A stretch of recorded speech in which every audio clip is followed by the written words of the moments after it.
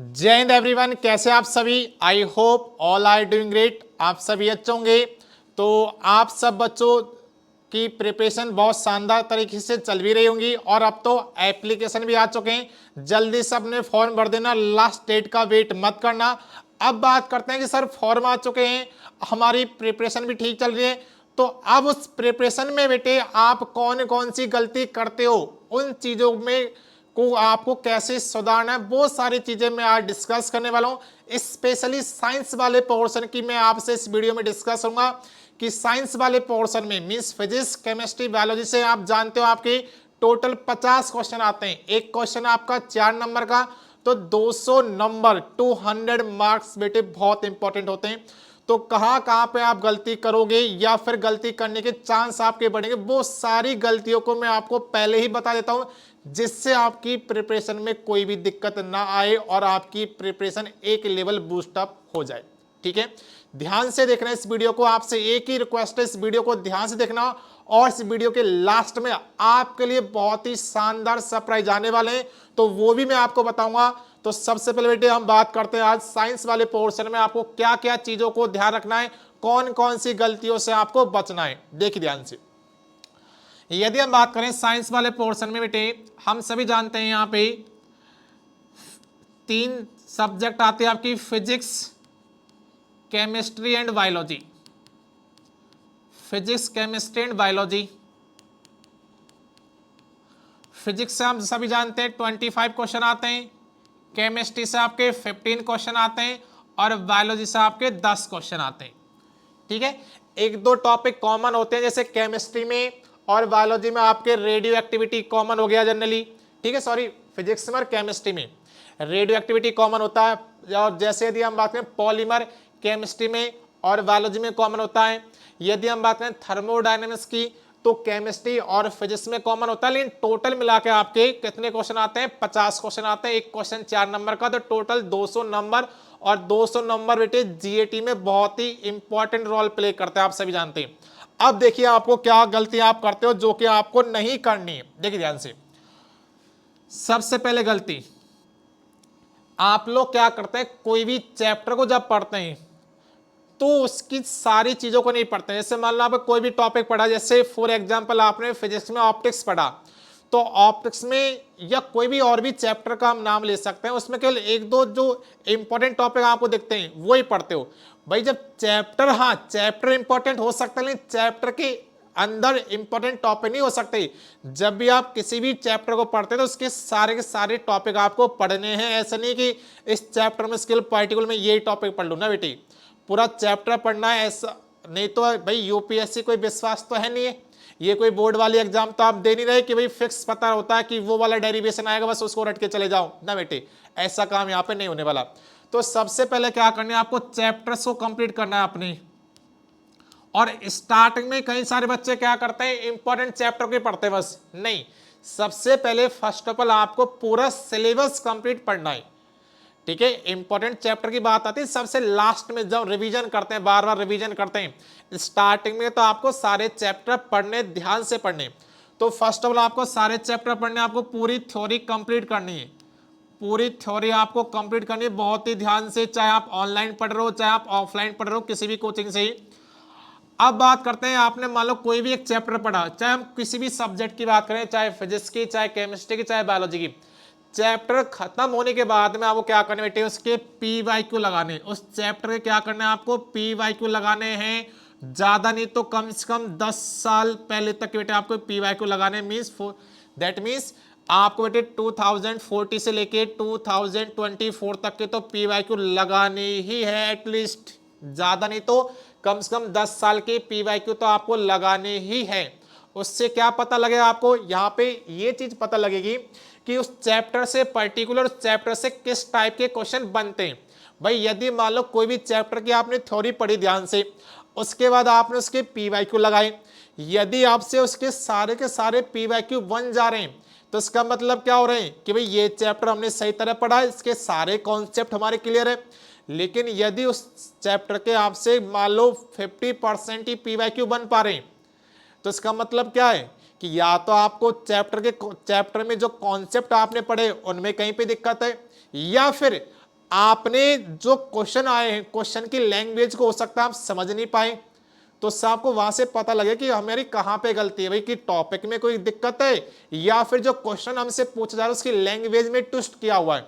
तो first of all आपको क्या करना है, पीवाईक्यू कंप्लीट करने, उसके बाद में आपको चैप्टर के ज्यादा नहीं तो 30 से लेके 50 क्वेश्चन जरूर करने हैं। ऐसे नहीं केवल पीवाईक्यू कर ली, ईच चैप्टर की, प्रत्येक चैप्टर के आपको, एवरी चैप्टर के आपको क्या करने हैं मेरे लाल, 30 से लेके 50 क्वेश्चन तो करने ही है। हाँ, हम मैथ की बात नहीं कर रहे, मैथमेटिक्स में तो मिनिमम 100 की बात होती है प्रैक्टिस के लिए, लेकिन यहाँ पे थ्योरेटिकल पोर्शन भी आता है, तो कम से कम आपके 30 क्वेश्चन तो न्यूमेरिकल आपको करने ही करने। जैसे स्पेशली मैं बात करूँ फिजिक्स में आपका मैकेनिक्स में आपको जितने ज्यादा प्रैक्टिस करोगे कॉन्सेप्ट आपको उतने अच्छे होते जाएंगे। ठीक है, तो ये काम हो गया। सबसे अच्छी बात यहाँ पे क्या होती है टीम, देखो, और सबसे अच्छी बात को आप खराब कर दे तो क्या चीज, आपने मान लो कोई भी चैप्टर पढ़ लिया कि भाई इस वीक आपका ऑप्टिक्स खत्म हो गया, अगले वीक आपका मान लो इलेक्ट्रिसिटी खत्म हो गया, इस तरह मान लो केमिस्ट्री में इस वीक आपका एसिड बेस सॉल्ट खत्म हो गया, अगले वीक आपका कार्बन वाला टॉपिक खत्म हो गया, बायोलॉजी में मान लो इस वीक आपका सेल टॉपिक खत्म हुआ, अगले वीक आपका टिश्यू टॉपिक खत्म हुआ। तो हम क्या करते हैं, टॉपिक से टॉपिक पढ़ते जाते हैं, चीजें हमको समझ में भी आती है, थ्योरी भी समझ में आती है, हम पीवाईक्यू भी कर लेते हैं, डीपीपी भी सॉल्व कर लेते हैं। लेकिन फिर बात आती है रिवीजन की। सबसे मोस्ट इंपॉर्टेंट जो चीज है वो बेटे क्या है, रिवीजन। मान लो आपने चीजें कितनी भी पढ़ ली हो, लेकिन जब तक रिवीजन नहीं करोगे वो चीजें दिमाग में कैसे स्टोर होगी। तो आपको फर्स्ट ऑफ ऑल रिवीजन पे ध्यान देना। कोई भी चीज जब आप पढ़ लेते हो तो उसका आपको रिवीजन जरूर करना है। हर वीक संडे को आप प्रॉपर रिवीजन के लिए रखो, क्योंकि जो चीज आपने दिमाग में स्टोर की है उनको रिवीजन करके आपको याद भी तो करना पड़ेगा। भाई जैसे मान लो आप कोई भी स्पोर्ट्स गेम खेलते हो, कोई भी काम करते हो, जैसे मान लो आपको गिटार बजाना सीखना है, अब आपने मान लो यूट्यूब पे वीडियो देख ली कि भाई कैसे गिटार बजाते हैं, या फिर मान लो 1 महीना आपने ट्रेनिंग भी ले ली किसी कोचिंग से, लेकिन जब तक आप गिटार नहीं बजाओगे, खुद से प्रैक्टिस नहीं करो, जब तक खुद को नहीं बजाओगे, बार बार गिटार नहीं बजाओगे, तब तक कैसे काम चलेगा। तो ज्यादा से ज्यादा आपको क्या करनी है मेरे लाल, प्रैक्टिस करनी, तब जाके चीजें आपकी अच्छी तरह हो पाएगी। तो practice is the main important thing. ठीक है, प्रैक्टिस आप सभी को जरूर करनी है। अब बात करते हैं कि ये जो हमारे पास टाइम बचा हुआ है, इस टाइम को हम कैसे यूटिलाइज करें अच्छे वे में। देखो ध्यान से, यदि हम बात करें अभी हमारे पास 4 महीने तो नहीं, अभी 4 महीने से कम आपके हो गए। कैसे, देखो दिसंबर आपका खत्म होने वाला है, पता भी नहीं लगेगा आपको खत्म हो जाएगा। उसके बाद आपकी आती है भाई जनवरी, फरवरी, मार्च और अप्रैल में तो आप जानते हो एग्जाम आपके है ये 13 अप्रैल को।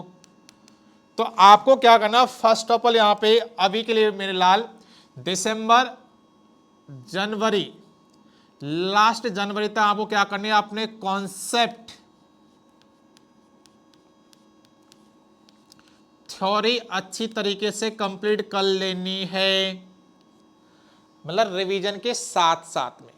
ठीक है, मान लो जनवरी नहीं हो पा रही तो 1 और महीना ले सकते हो आप, फरवरी, लेकिन फरवरी से आके ज्यादा मत लेने बेटे। फरवरी तक आपको अपनी थ्योरी पूरे साइंस में फिजिक्स केमिस्ट्री बायोलॉजी की थ्योरी कंप्लीट करने का मतलब समझ रहे हो आप। कंप्लीट जब मैं कर रहा हूं इसका मतलब क्या हो रहा है, आपको 2 बार बेटे 2 टाइम्स थ्योरी का रिवीजन होना चाहिए। मतलब चैप्टर पढ़ने के बाद कम से कम 2 बार आपका थ्योरी का रिवीजन होना चाहिए था। ठीक है, 2 बार ही पीवाईक्यू आपके होने चाहिए, और ज्यादा नहीं तो 1 बार आपकी डीपीपी सॉल्व होनी चाहिए। ये होता है बेटा रिवीजन का मतलब। ठीक है, इसके बाद में क्या करना आपको, स्पेशली हम बात करें मार्च की। मार्च में आपको क्या करना है, एमसीक्यू प्रैक्टिस करनी जितना ज्यादा हो सके।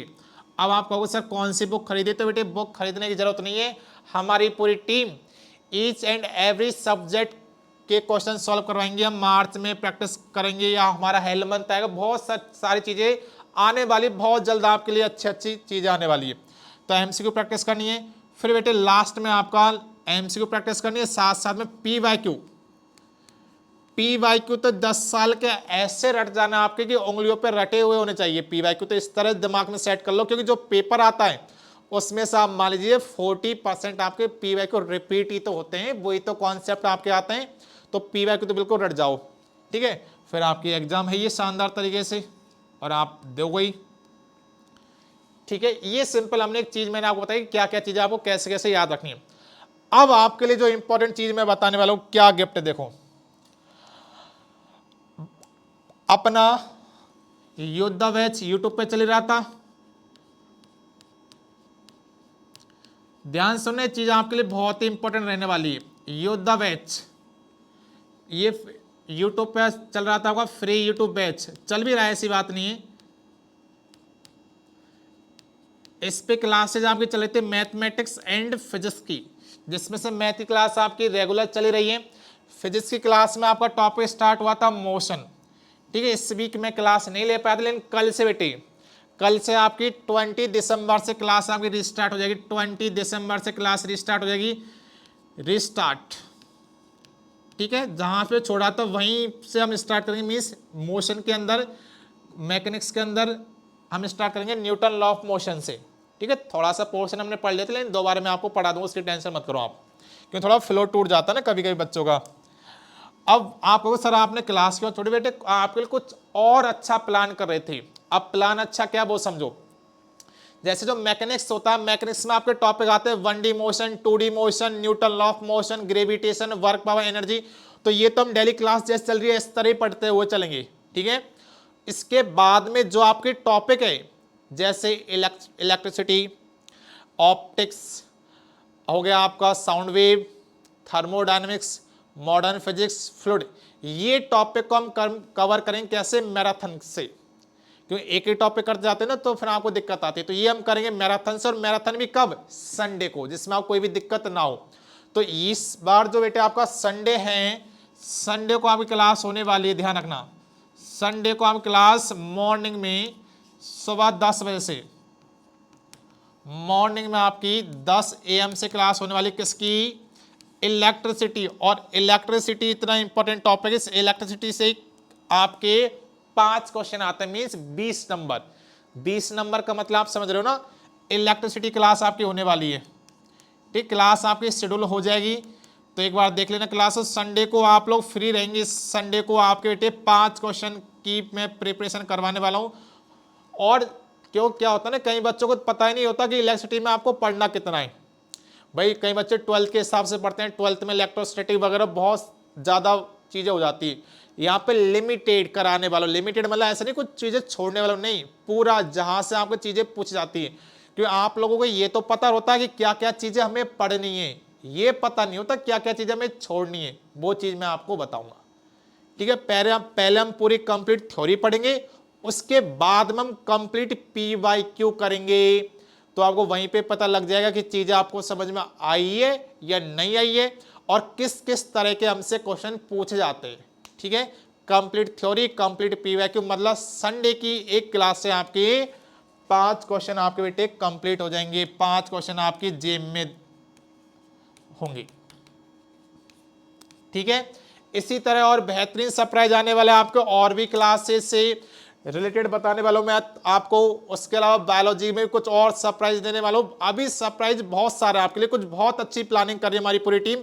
बस अभी के लिए मैं आपको कहने वाला हूं कि हमने जो आपसे कमिटमेंट किया था वो हर हालत में फुलफिल होगा। ऐसा नहीं कि यूट्यूब पे सर आपने क्लास स्टार्ट की थी अब बीच में धोखा दे दिया, बेटे धोखा बिल्कुल नहीं मिलेगा आपको। पूरा सिलेबस मैं आपके साथ में कंप्लीट करूंगा, ठीक है, पूरा सिलेबस आपका कंप्लीट होगा, ठीक है। तो आई होप आपको चीजें अच्छी लगेंगी और क्लास को ज्वाइन कीजिए। कल वही टाइम अपना रहेगा, या तो 5 बजे या फिर 5:30 टाइम रखेंगे अपने, ठीक है। कल और परसों आपका न्यूटन लॉ ऑफ मोशन खत्म हो जाएगा, और फिर संडे के दिन आपकी सुबह 10 बजे से इलेक्ट्रिसिटी की क्लास स्टार्ट हो जाएगी। टाइम कितना ही लगे लेकिन हम खत्म करके ही मानेंगे, क्योंकि 5 क्वेश्चन का सवाल बेटे, 5 क्वेश्चन में 20 नंबर बहुत इंपॉर्टेंट रोल प्ले करते हैं भाई। एनडीए में तो एक एक नंबर बहुत बड़ी बात होती है, ठीक है। आई होप आपको वीडियो अच्छी लगेगी। वीडियो अच्छी लगेगी तो सभी बच्चे कमेंट बॉक्स में ऑलवेज बी हैप्पी टाइप करना, जिससे मेरे को पता लगेगा कि चीजें आपको समझ में आई है नहीं आई है, आपको चीजें अच्छी लगी है नहीं लगी है, ठीक है। हमेशा खुश रहो और पढ़ते रहो, टाइम का यूटिलाइज करो। इस बार सिलेक्शन आपके कदमों को चूमेगा। ठीक है, तो चलिए मिलेंगे फिर आपसे क्लास में एक और नई शानदार वीडियो में। तब तक के लिए जय हिंद।